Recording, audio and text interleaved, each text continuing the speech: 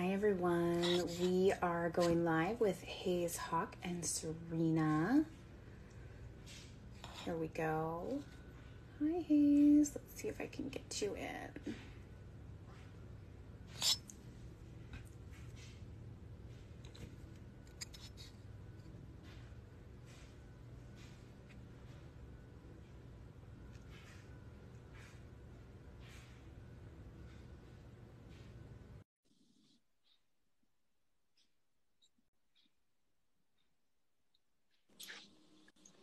There she is. There I am. My goodness. Hi. Hi, sweetheart. How are you? Hi, how are you? I'm doing well. You know, it's Monday. We picked a Monday. It is definitely Monday. Yeah. What was I thinking? I don't know. But you're a busy lady. Yeah.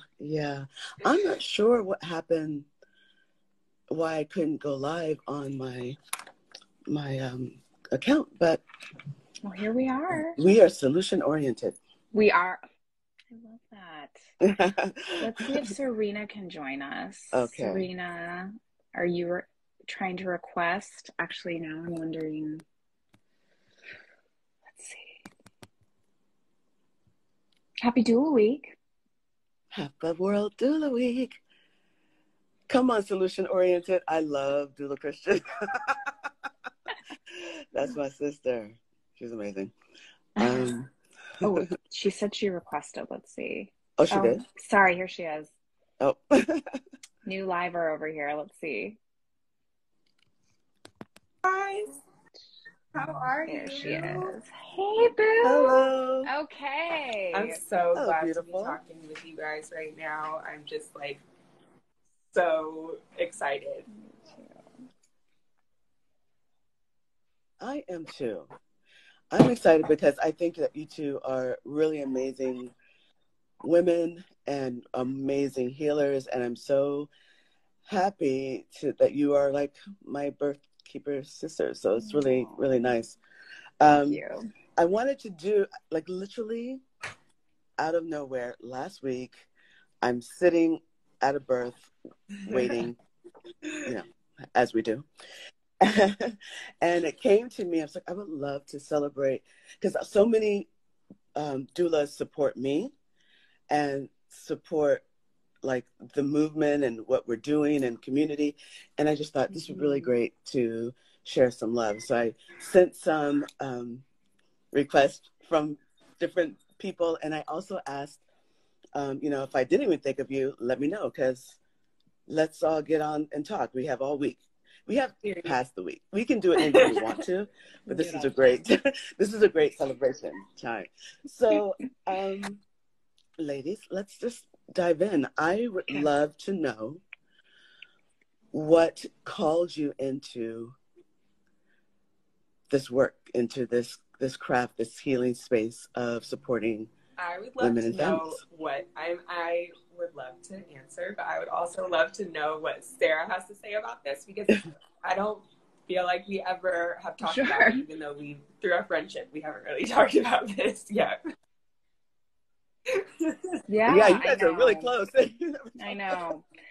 I feel like it's such a selfish reason. I just love birth, and it is such an honor to be around it and to be part of the transformation that parents go through, whether it's prenatally, during birth itself, or postpartum. And I've always been a nurturer at my core. So this has just been able to bring kind of my counseling background into work, and just that I get to see mamas being born, right? And that's what it's about.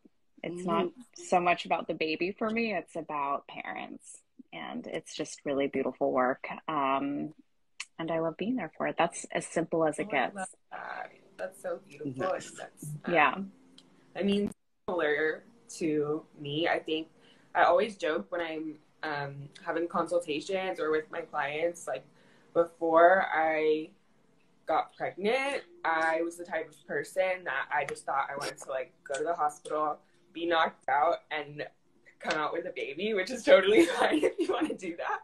But that was not my experience at all. When I got pregnant in March 2020, me and my partner just wanted to discover other options besides giving birth at a hospital, because it was so new. COVID was so new. We didn't really know much about it. I mean, he couldn't go into the OB appointments, anything. And literally an angel brought me to Haize. Like, I truly believe that my angels and my guides intervened, because I sent her a DM, and I know this lady gets lots of DMs, and somehow she saw mine and answered like pretty much right away. Right. And from there, I was like, well, I'm thinking about home birth. And she was like, perfect, you're a home birth client. Cool, let's go. I was like, okay. And really my love for birth and pregnancy and motherhood came with my own birth experience. I just think I had such a beautiful birth experience. My family was really, me and Denzel saying our family was born. And I wanted to be there with other people when they were doing that, you know, and I wanted people to feel empowered when they gave birth.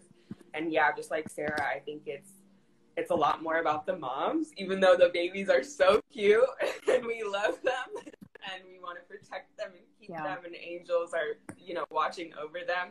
It is so cool to see a mom or a woman become a mother, you know, be birthed into a mother. So that's kind of my answer on that. Right. You know, for me, it was the birth of my son. Like, I truly did a complete pivot. And I loved it so much. I hadn't even thought that I would be a mom. It never even came to my mind. But when I had Jahi, everything shifted. Like everything. And it was still mind-blowing to me. Haize, did you know before? Did you have any sort of feeling, or were you drawn to it before your firstborn? My love, no, I never thought I would have children. I never thought I would get married. It just wasn't. I was a dance theater person. I'd been dancing since I was 3. It was a professional life. I love the boards. I am classically trained.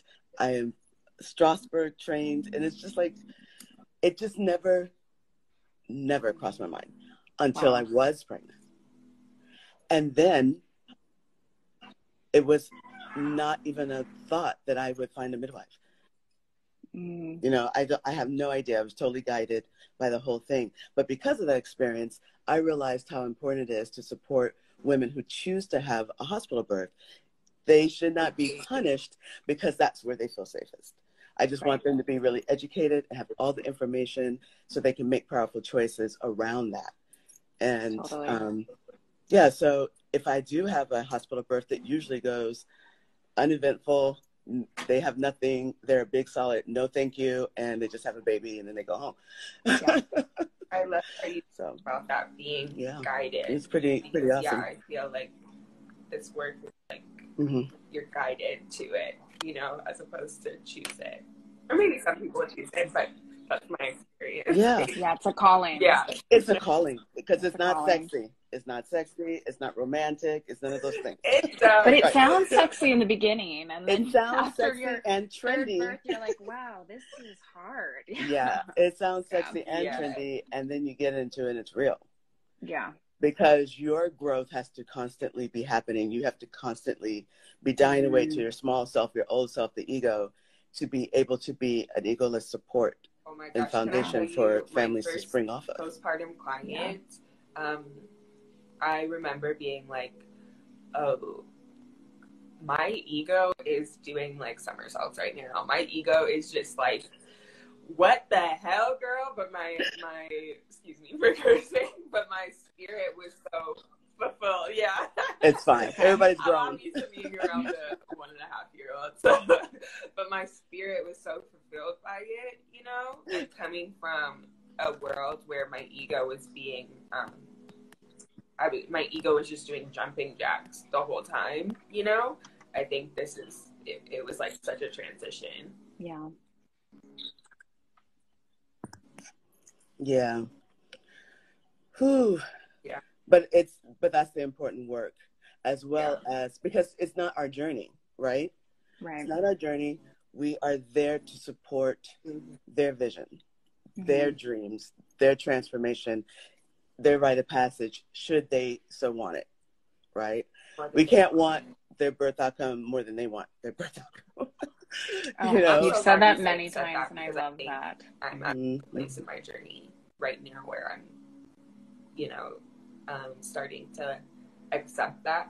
And, you know, it's like spirit wants what's best for them and knows what's best for them. I don't know what's best for them. I mean, we know as far as like we can educate, but spirit has the you know, education. Upper hand and everything, and I just have to like let it go. We educate and then you know, let it happen. Yeah, absolutely. I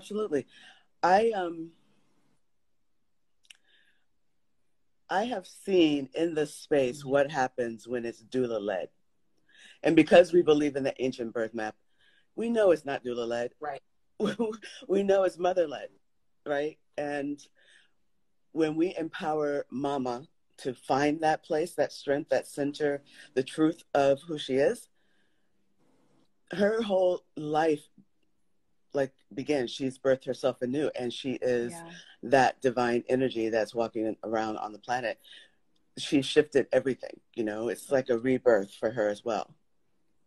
Right. It's not just about that day or those 3 days of birth. It's the rest of their lives. Yeah. Absolutely. Yeah. And it's really, really cool to just, you know, holding up a mirror to showing them who they are. That's more of what a doula's role is. It's not, exactly. I mean, yes, we educate, we comfort, we nurture, we do all these things, but it's just reminding them who they are and showing them. They already know that's all within them. So I think that it's really interesting for me. Like, so you guys know I say this all the time. I'm not for everybody. You know, there's a certain type of person who seeks me out because I don't take it lightly. We're not surfacing through this. We're going in, we're going deep. We're having transformation. You're having, you know, a rebirth for yourselves. It's a rite of passage for you and your partner. And here we go. Like we're looking at, you know, ultimate long-term enlightenment of the self. In that sense, for me. So it's always really interesting when I find somebody who feels like they don't connect with me, but then we speak and they're like, oh, well, that makes sense. And then they say, well, I can do that, and I can do it in the hospital. I'm like, absolutely, you can. You know, it's not for me to judge where they birth. It's just for me to support them in whichever way they birth. Even if they're out in the woods, even if they're in the Black Sea, you know, it's that whole truth of who they are, that mystery is not my business. Yeah. You know, the how is also not my business. I just show up. Will you guys share with us, you know, how you came into this journey and why you chose to come into the journey the way you did? So sure, like all like the details with that too. Okay, so I moved from New York City to LA, and so it was an opportunity for a career change, but then it didn't work out. Speaking of spirit, he took me into a different direction. So I was seeking out doula training when I first moved here before I had my own baby, but it was really after my first that I said, you know what, I'm just going to start dabbling. So I trained with Doula Training International, DTI. I love them. First. Yeah, I love really, them. really good. Solid. Jessica Diggs is there. Jessica Diggs, yeah. So I trained with Jessica. Yeah, she's still, she's really great with the students. And Yeah. yeah, okay, go ahead. I'm sorry. Such a valuable We have to experience. fan for a second on our Jessica. Yes, we do have to fan on Jessica. And DTI is, about reproductive justice and just making space for all the way people birth, all the people who birth and all of that. So it was really, really educational for me. And the reason why I sought training was, anyone can be a doula, but training for me gave me the confidence, just developing my skills, gave me a network, just gave me a foundation, I think, for birthing, even though I had, I'd been a birth junkie forever at that point, reading books and the podcasts and all that. Yeah. But then I sought to really deepen my practice, and I did Haize's training and mentorship program. And I loved that because it was just more prolonged than a weekend, which is what is typical of the doula trainings is weekend and then the certification process. But with Haize, we got to meet every week. It was for 12 weeks, but I think we went to 13 or 14. We went so deep. We went so deep. Things happened. We had to expand. Yes. Yeah, it was so fun. And that's where I got to know Serena as well.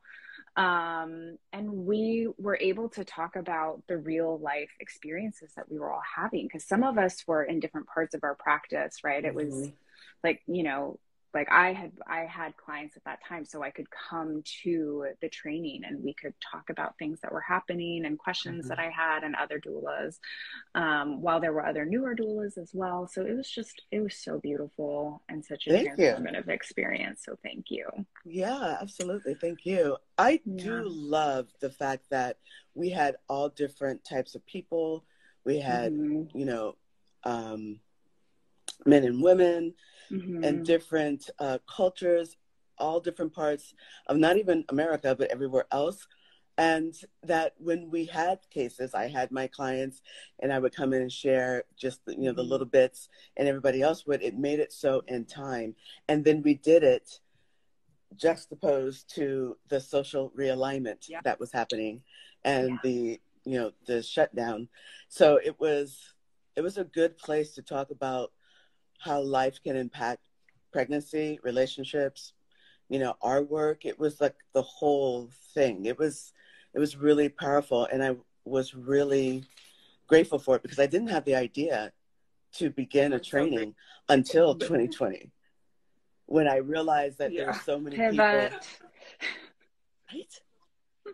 I realized that so many people didn't have support, that there was not even an understanding of what doula's role is and how it functions, and the studies behind it, the actual number proof behind what it is. And then I was noticing how a lot of doctors just abhor, and that's the word I'm using, doulas. It's a diabolical scheme. It's just that they just don't want somebody in the room questioning their authority. And not that we're questioning, we're empowering the clients to have agency over their bodies, especially the Black women of Los Angeles. I was like, no. And when I realized there was this labor shortage, we didn't have enough doulas. We didn't have enough postpartum doulas. There wasn't enough lost doulas. There was just not enough. Then I thought, okay, this is the small thing I can do to ensure that we continue and that we thrive and that families are protected, that they're educated, that they're safe, that they feel supported and seen.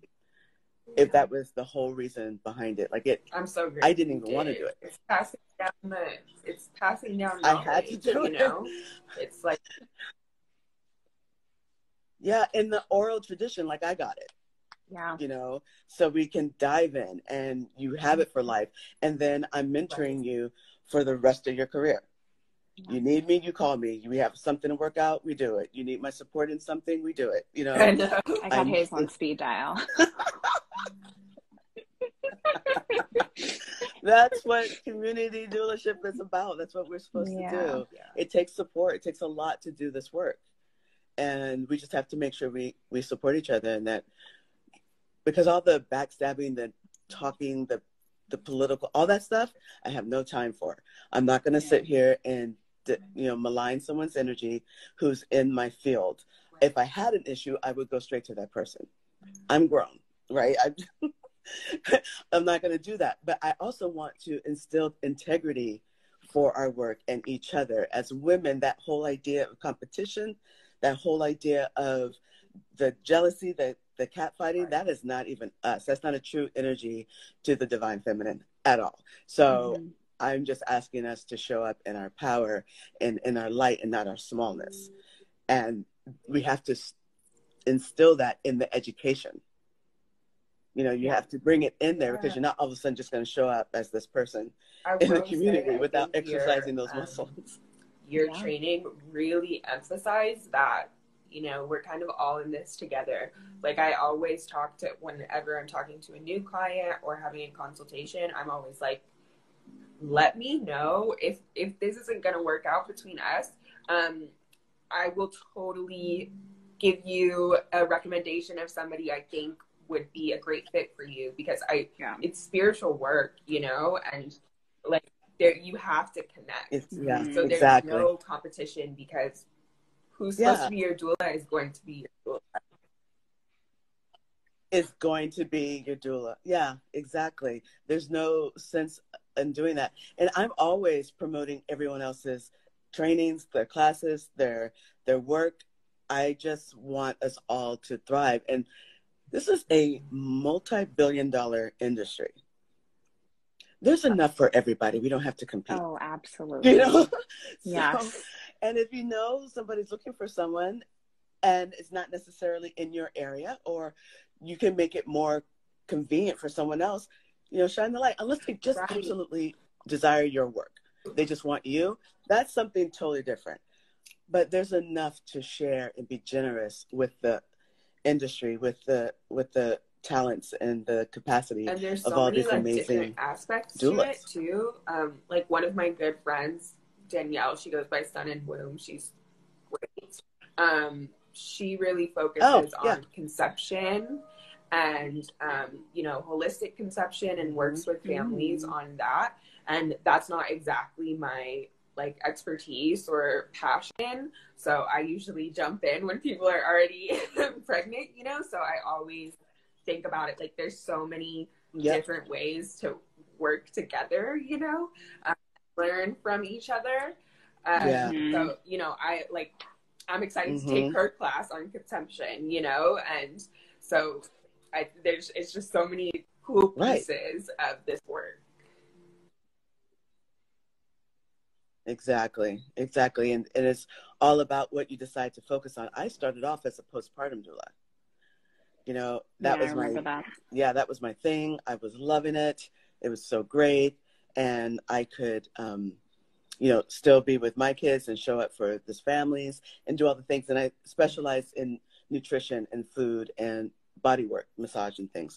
And that was really great. And I even did Bringing Home Baby, I think, was out at the time, and I used to did watch that show and that all show the time was when I great was too. a kid. But then something shifted. I love that. Did you? Did she just say when she was a kid? I'm sorry, I did not mean. I used to watch that show back when it was on. No, baby, I'm grown. It's okay. I own it. Not a problem. Yeah, it was good. It was fun, and then accidentally I was at a birth, and the mom went from 0 to 10. The midwife had left and said that she was going to be back in the morning. Nothing was going to happen to the morning.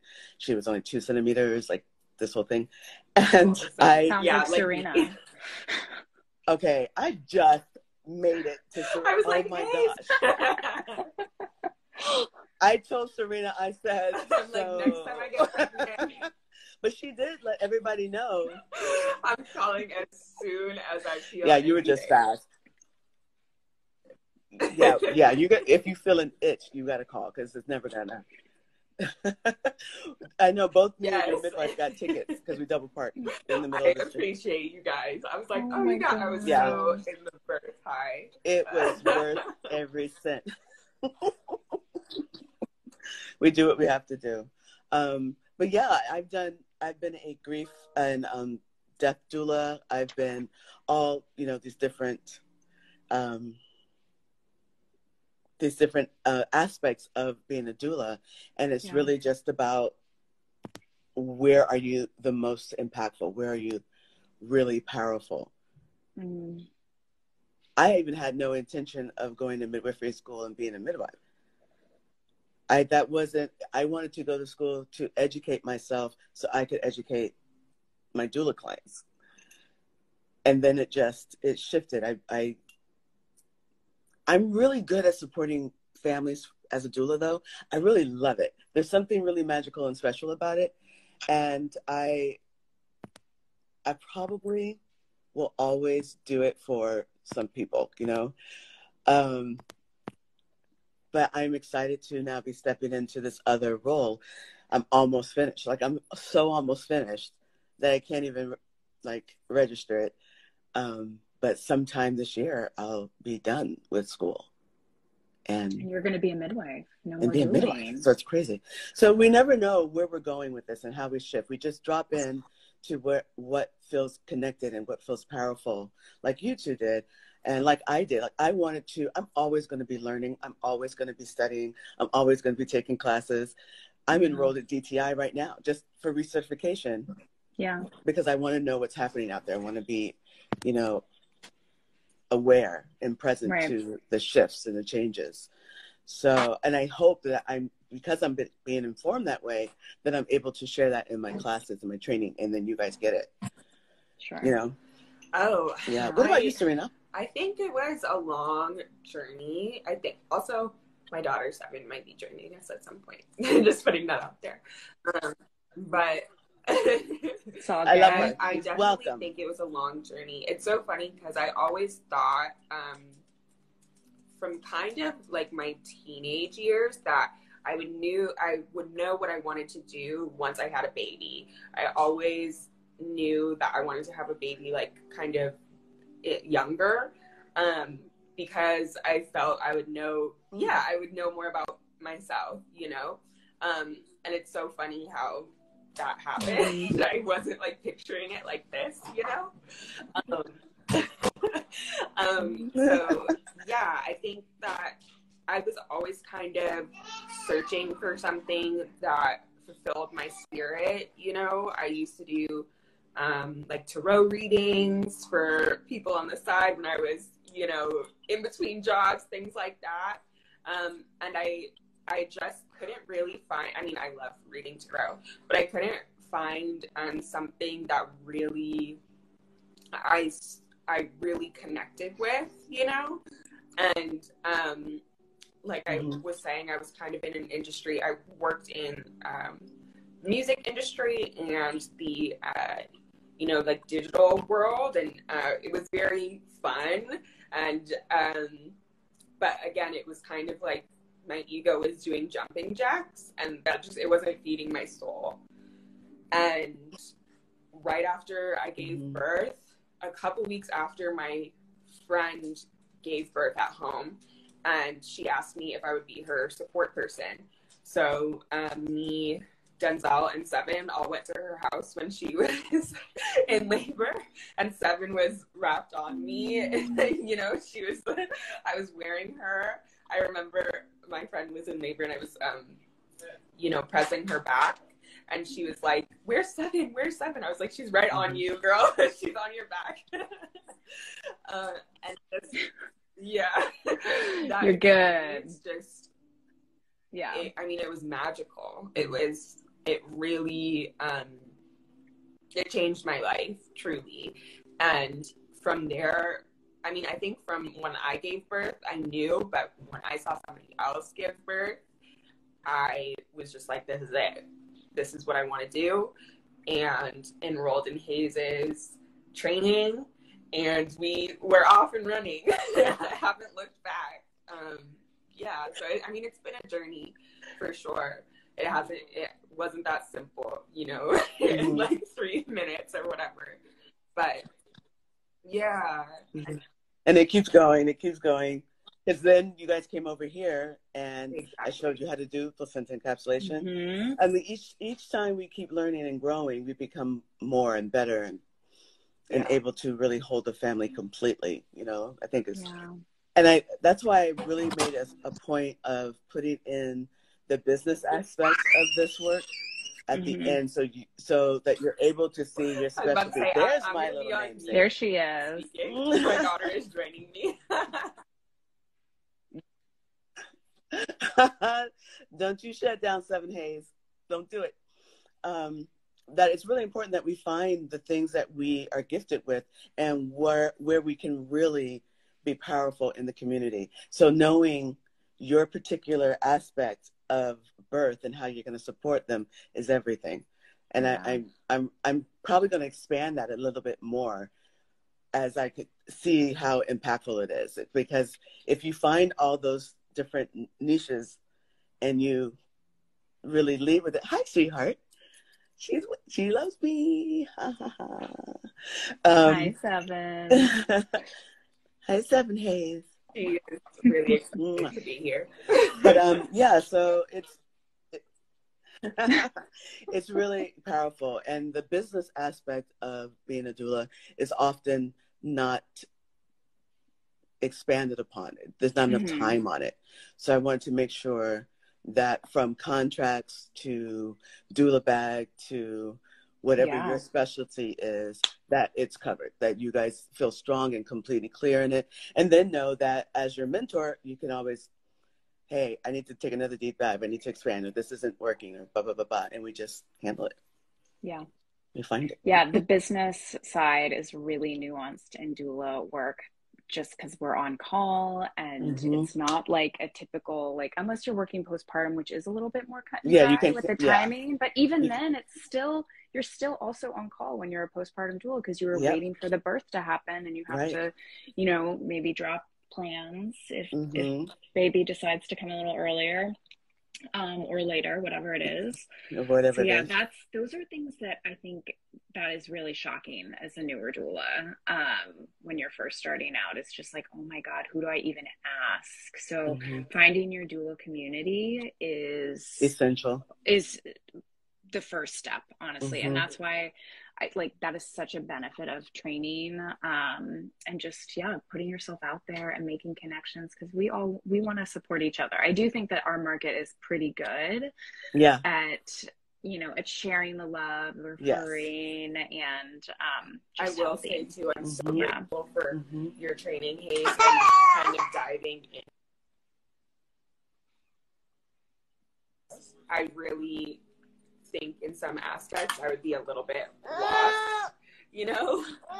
Even things like the doula bag were like so big for me to be like, okay, I could put this and just not throw a bunch of essential oils in the bag, you know. All right, I'm going back on mute. I'm listening. You're fine, honey.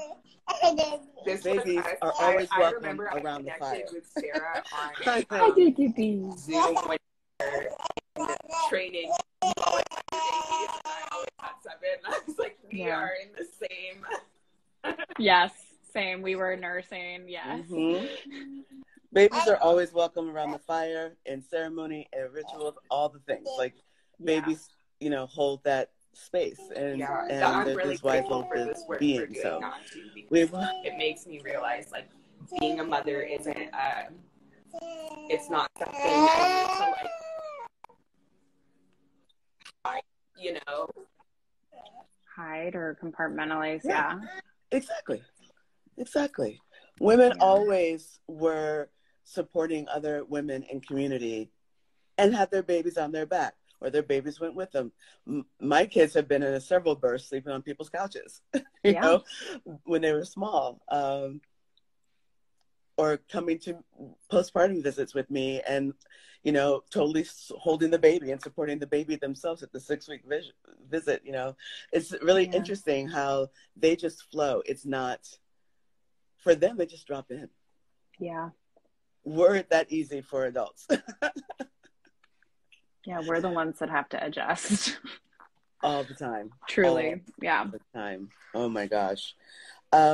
Okay, let me ask you, what have you found to be the most rewarding aspect of your work? and the most challenging. I'll say, yeah, go ahead. I mean, the most rewarding aspect, again, not to like keep going back to this point, but seeing a mom seeing a woman become a mother, I really don't.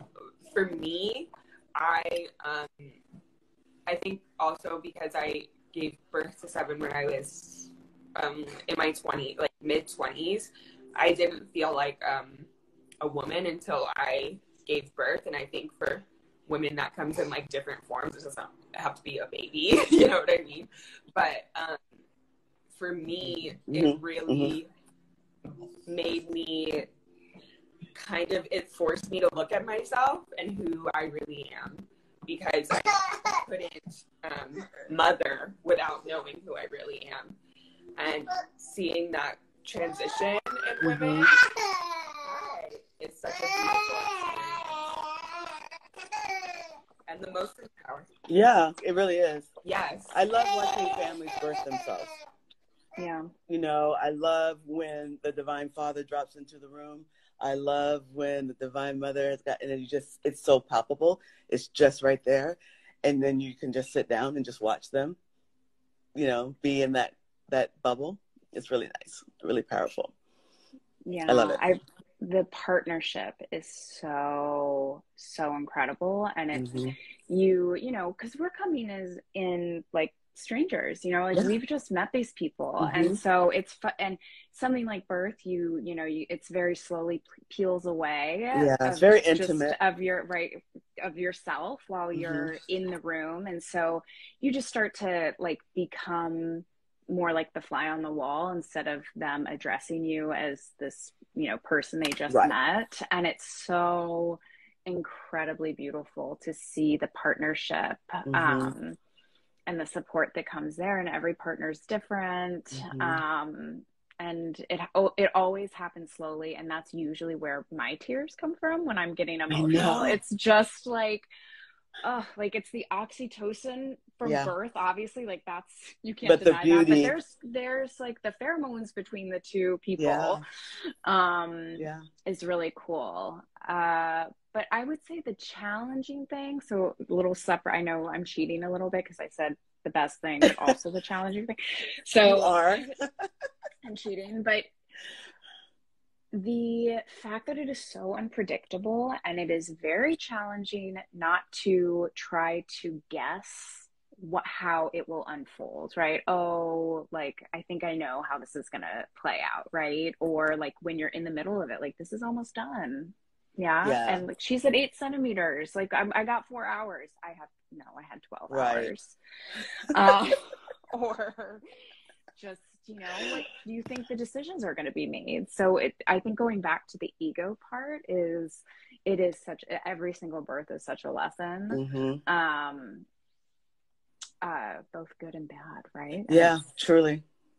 But this is the thing, and this is why the Get Rooted Doula Training puts such emphasis on this at the beginning, because we're also really committed to keeping families together.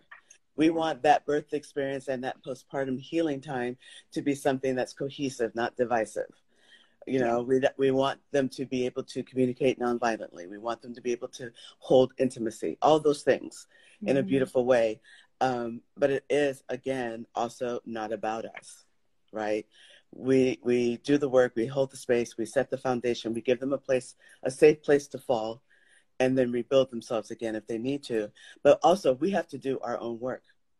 We, you know, so that's why, I mean, you notice in the training, people went through things and we had to hold space for people and we had to encourage them to let go or to breathe. And that's what we're doing, you know, but we have to do our own work first so that we can actually show up for these families and show up for whatever dynamic is happening in those families with themselves, each other, their extended families. You know, there's all kinds of things, because babies have a way of clearing the field when they're coming through. The things that no longer serve or don't work, they fall off. They just, right? So it's essential that we do the work and that we keep doing our work, that when we have conflict or upset or anything like that, we don't take it as though we're a failure. We don't take it as though we're not good enough. We take it, we learn from it, we move on through it. But to beat ourselves up and say, I'm not going to do this, obviously I'm not good at this, when you already know you've had an impact, when you already know that you can grow and learn. And, you know, every mistake, every failure is an opportunity to get great. Right. So when I have people who are not happy with me, who fire me, who would do whatever, I don't take it personally. People grow, people shift. I'm not for everybody. Something might not be clicking, or something just happens and they don't do it. But it doesn't mean that the field I'm in, the space I'm in, isn't what my calling is, because I absolutely know that. Because like I said, I did a 360. I pivoted like sharp. And here I am, and I'm content, I'm happy. And even with all the challenges and the blessings and the beauty behind it, I'm still here. I still get excited. I still get teary-eyed at birth. I still fall in love with my clients and keep them for life. You know, I still do that. I might not get to see them as much, because that's one of the challenges of being a birth keeper, is we miss a lot of major things. We miss opportunities. We miss dinners, birthdays, connections, baby showers, all the things. But, you know, our love is there for each person that we support. Yeah. And what I love too is that because of my training, like DTI, and your training through Get Rooted Doula, we have a really broad, diverse understanding of the families we are supporting. We have a full range from same-sex to Southern to Orthodox to, like, we have a plethora of different clients. We have free birth clients. We have all these. It's beautiful that everyone feels safe in this container. Yeah. I'm really grateful for that. Serena, what about you? As far as challenges, I mean, I think the most challenging part for me is not getting in the way when something I feel could go differently is happening, you know? It's, you know, sometimes challenging to see, like yelled at to push when they're you know, pushing or whatever. And, you know, I have to again, like, remove my ego. And I'm still working on that, because that's what, you know, that's for their birth, and that's what their birth is. And, Well, it's also, sorry for interrupting you, sweetheart. It's also, she's like, let me put my 3 cents in. She, you know, when we have these opportunities in the birth, we have to remember that everyone has free will. So no matter what happened in the privacy of their home, and then the conversations, the many conversations that happen, they can choose differently, because we all have free will. And that soul also has a say in how it wants to be born. It's not just the parents. Unfortunately, when we, as parents, love to be able to say, this is how we're doing it. But yeah, they have free will. They have a soul. They have the way that they birth that's important for their growth. And sometimes the things that happen in the space is for those parents to become the parents that they want to be, even when it's uncomfortable. Because you're right, it's like we all have these experiences where we're on this, like, learning lessons, and we, you know, on the other side, we choose all these things that get to happen to us, so we can learn these lessons.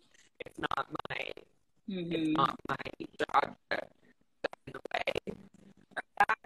It's my Yeah. Teach and educate and be there and comfort and let go, you know?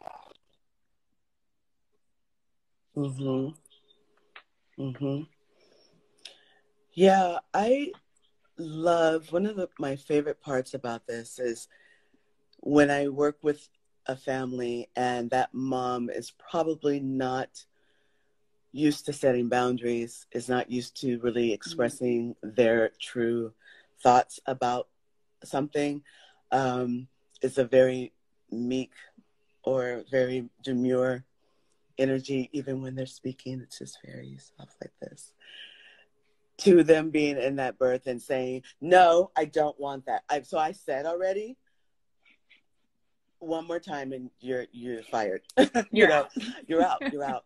And I'm just sitting there like this, like, yes. It's so exciting for me. I love it when they own the room. I love it when there is nothing for me to do because they have taken everything and just kind of run with it, and they can say, so I'm going to put a pin in that and I'm going to revisit that in an hour. Right now, no. And I even heard one mom actually say, and she was this little petite, really really cute, little soft-spoken thing. And she said, I'm not going to tell you again. I said what I said. And her husband was like, what? And said, I think you need to leave. I think you need to leave. It was the best thing ever because she never did that. He came back in and said, hi, I'm the husband. Who are you? He loved it. He was so proud of her. He was so enamored with her and fell all in love with her all over again because of this power she was embracing and this clear way of speaking that she got. I love that. I love any type of transformation. When you're in that kind of situation, right? When you're in that space, it's really easy for things to have some clarity, right? Yeah, exactly. It's a different thing than sitting comfortably in your living room with your doula. But it's also the gift to get birth, it's like, because it is such a big experience. Yeah. It's a growing experience within 3 days, You can prepare for it and, educate and all of these things, but the birth brings something new, it brings a lesson. The lesson's coming. Yeah. Absolutely.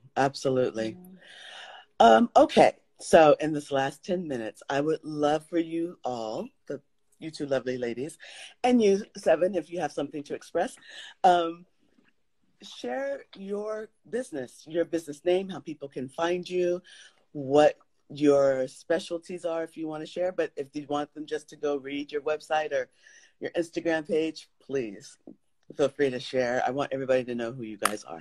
Yes, I am Serena 7. You can follow me on Serena 7 or on Mystic Mommy _ on Instagram, and that is Mystic Mommy _ Mystic Mommy Doula.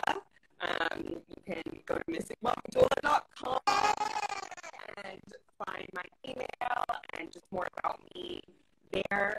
Well, my daughter is begging to breastfeed. Yeah, exactly. Girl, go for it. Handle your business, Mama. But if you follow me on my personal page, Serena 7, all of that stuff will be pretty easily findable. Same. Thank you, love. Sarah? And I am the director of Village Birth here in Los Angeles. And I'm a doula myself. I have my own practice, but I also have a group of doulas that work with us, and we do childbirth education and lactation classes. We do support groups. Every month we do a community meetup in Arlington Gardens and just hang out, and you can bring your kid, you know, and this is for any parent, any age of child too. Doesn't just have to be your newborn baby. So come on and hang out with us. We're actually meeting this weekend. We're meeting on Wednesday at 10 a.m. at Arlington Garden in Pasadena. Lovely. Yeah. So Sarah's got this whole collective going on and is still willing to join the Get Rooted Doula Collective, which is just a beautiful gift. Your energy, I love, and it's so important. We aren't up and running yet, but we're getting ready to, and we'll be doing gatherings and doing classes, mommy and me groups, daddy groups, and doula circles, just so that we have a safe place to process and to think about, you know, what we're up to. Yeah. So thank you. You guys want to say anything else and tell the people anything else, and or drop somebody's name who you feel like is amazing? Having this conversation. For 7. Like, yes, my very godmother Haize is here.